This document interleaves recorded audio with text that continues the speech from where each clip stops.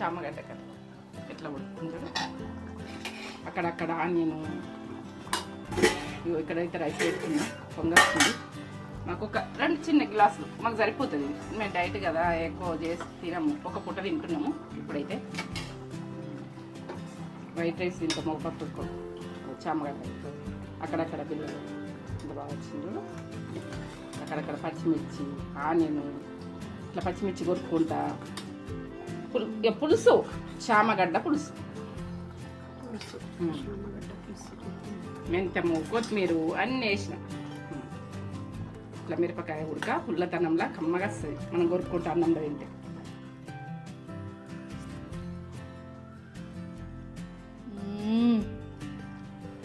Super సూపరా దిరిపోయింది. బాగుంది. అన్నీ పర్ఫెక్ట్గా పడ్డాయి. అన్నీ పర్ఫెక్ట్గా ఉప్పు